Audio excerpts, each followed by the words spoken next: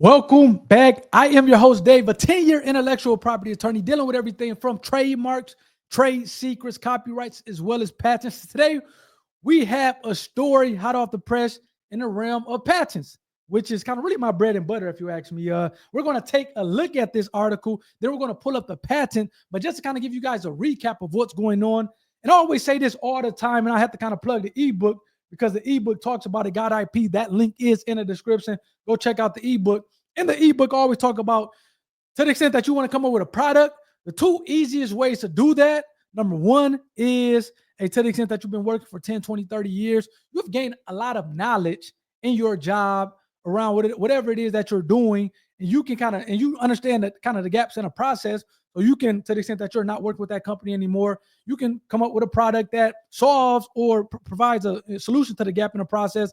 And there you go, get a patent for it and make money. The second way is, what are the difficulties or the problems that you're dealing with in a day-to-day, and essentially come up with a solution for that. So it seems like Jennifer Kraft, who's I think out of Chicago, if I'm not mistaken, we'll take a look at the article. She's disabled, so she's in a wheelchair. I'm actually going to try to reach out to her to get her on the platform, but it looks like she has secured a patent for easy access pens. So again, in a wheelchair, kind of disabled, and it seems like kind of getting out of and into clothing items, in this case, pens, I would imagine is difficult. So as opposed to just kind of do nothing about it, she created or came up with the solution to that invention or to that problem, and not only kind of helped out herself, but she got it protected that way by way of a patent. Next thing you know, she's providing them to others who may be in her situation. So again, as I said before, go check out the ebook, got IP. That link is in the description. To the extent that you want to figure out a way,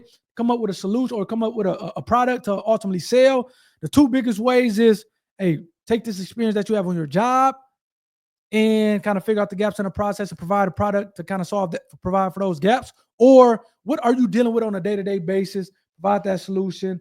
Let me pull up the article here. As I pull up the article, some housekeeping items. Please hit the like button for the YouTube algorithm, as well as hit that subscribe button to be a part of the IP community. We're going to take a look at the patent after we go through this article. It's a short article, so it shouldn't take much time. Jennifer Kraft secures U.S. patent for easy access pens, empowering people with disabilities one pair at a time. So yeah, she's from Chicago. I was just in Chicago yesterday. This is fresh off the press a couple of days ago.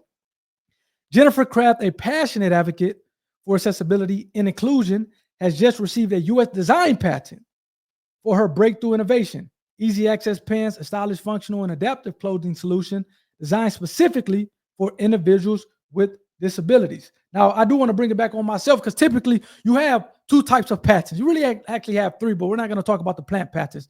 You have two types of patents. You have the common patent, which is the utility, that protects the functionality of something to the extent that it's a water bottle to hold water, Carmex to dispense chapstick. I don't have my pen here, but a pen or a pencil to write.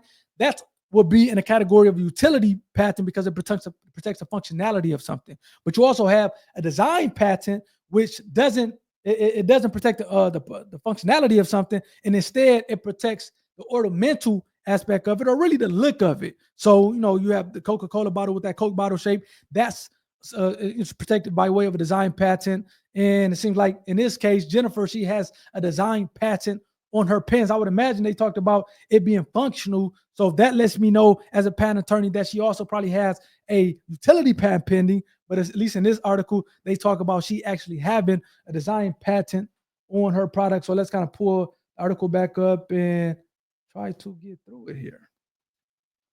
Jennifer's journey is nothing short of extraordinary. An athlete and a current high school science teacher, she was paralyzed from the waist down in a tragic accident in 2014, so just over 10 years ago. Instead of letting her condition define her, she transformed her experience into a mission to empower others living with spinal cord injuries and mobility impairments. After 3 years of relentless effort, personal investment, and navigating the complex patent process, Jennifer has officially secured the rights to her game-changer design. Easy access pens are engineered to provide dignity, privacy, and autonomy, making it easier for individuals to independently use public restrooms or perform self-catheterization without assistance. It's about restoring freedom in everyday movements that most people take for granted. I created easy access pens because I knew the daily struggle, said Jennifer Kraft. This patent isn't just for me, it's for every person who's ever felt excluded from basic public experiences because of limited clothing options. We deserve designs that empower us. Jennifer runs Project Awaken, a nonprofit initiative dedicated to uplifting the disabled community through membership, mentorship, outreach, and real-world solutions. As part of this mission, she is offering free pair of easy access pants to individuals living with a disability who simply fill out a form on the website. I guess this is how you can get a free pair, filling out that form. Now, I must say, man, I have a couple things to say about this. Now, we all know for her to make these things, they cost money. So I'm interested in who's paying the money. If she's giving them out to the disability community for free, somebody has to be paying for it, because I would imagine that she's not kind of using her personal funds to essentially provide pants to others. So I'm assuming that she has some type of a grant or whatnot to be able to provide these pants for free to the disabled community. I actually literally just got back from the Tigers baseball game. They end up losing to Chicago Cubs. But yeah, I would imagine that as you're trying to go, whether you're a male or female, going to the restroom and use the bathroom in a wheelchair, I would imagine that it would be difficult to try to do that on your own. And it has to not be the best thing to always have to have somebody accompany you to help you out with this. So it seems like, again, as I talked about earlier, what problems are you dealing with on a day-to-day basis, and come up with a solution to provide for those. And most likely others are having that same solution or same problem, and they will be willing to buy your product as well. It seems like in this case, Jennifer just giving out the product, which is interesting. I'll try to ask her about that if I can get on a platform. But again, kudos to her for coming up with a solution to her problem that and really kind of not getting down on herself and instead kind of coming up with a solution. Let's look at the patent and see what the pants look like. So this is your design patent. It seems like it was registered October 1st of 2024, so just last year.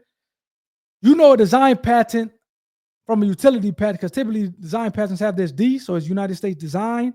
It seems like we're just over 1 million. And the utility patents doesn't have that D. It'll say US patent, and then it have whatever number it is. So it seems like this is a double inseam access garment. So ultimately, this is giving you access, as you can see here, to be able to use the bathroom without needing help. Seems like you have a zipper. Like in this case, you have this zipper. And just to let you guys know, anything that's shown in dotted lines, which you see these pockets, they're not claiming that. They're only claiming everything that's in a solid line. They're not claiming what's in a dotted line. So you see these kind of pins here, or these pockets here. I'm assuming that's pockets. They're not claiming those. Obviously, they're claiming this pocket. They're not even claiming a zipper in this case. So they're not claiming these back pockets. You see the back pockets, you see the side pockets. See, this is what it's looking like from the top. See, this is where your legs go to. And this is the area that they're essentially creating something where you can just unzip it and use the bathroom. And this is a bottom view of the pants. This is the area again for the legs. This is where you can unzip. I would imagine that it can be not only just a zipper, but it can be a button that you snap together in other ways. Velcro maybe to get it undone. I would imagine there's other ways to be able to kind of do this outside of a zipper. But it seems like in this patent, she's protecting the fact that you have a zipper. This is, it being in an open position. Up above, it was in a closed position. This is in an open position, so that you unzip it and you kind of do your thing. So shouts out to Jennifer for this. Yeah, let me know what you guys think in the comment section. Please let me know what you think in the comment section. As I said before, please hit that like button for the YouTube algorithm. Hit that subscribe button to be a part of the IP community. Go check out the ebook in the description. Got IP. It seems like, hey man, if I didn't know myself, it seems like Jennifer has got to take a look at the ebook. So kind of go check that out. And I'll catch you guys on the next time. Hopefully you guys enjoyed this one. Take care. Peace.